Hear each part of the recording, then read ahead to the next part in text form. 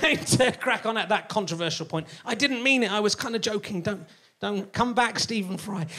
So we weren't quite sure he was going to make it to the theatre, but he always makes it to the theatre. That is what you have to remember about Stephen Fry.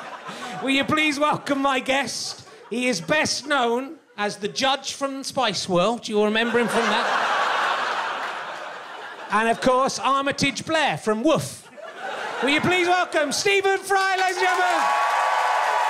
Stephen Fry. Oops. Thank you very much, Stephen. Thank you. It's bloody Stephen Fry. How did we get him?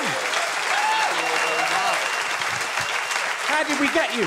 So, do you remember much about being the judge in Spice World? That's what people will want to... I know everyone will ask you about that. The proudest moment of my life being in that film. My only excuse, and it's the excuse every single person who was in that film, except...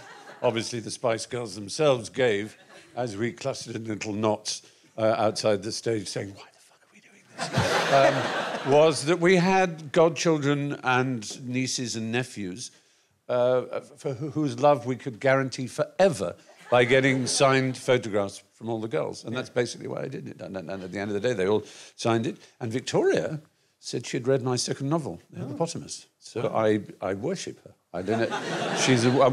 She presumably eats books instead of food because she doesn't. But she was very, very kind, and I refuse to apologise. I met the Spice Girls I met the Spice Girls the same day I met Richard and Judy. I haven't met many famous people. I'm quite excited, Steve. It's off of Twitter.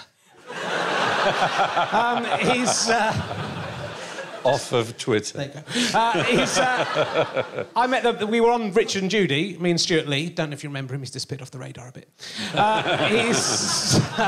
And we were on the same day as the Spice Girls, and the Spice Girls were really excited to meet us, which we were astonished about, because we hadn't really done any TV, but we'd hosted a show on MTV called MTV Hot for 2 weeks, and Mel B and her boyfriend watched that, and she rang him up, go, I'm with those guys. And she got me to sign a Post-it note, and then she stuck it to her bare midriff. It was very exciting.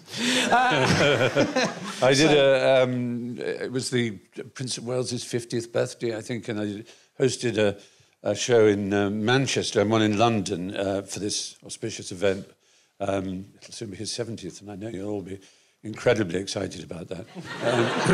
And he came to what they call the line-up afterwards, and the girls were there, and he stopped, and my job was to introduce them, as I knew their names, and so this is Mel, whatever, and this is Mel B, this is Mel C, this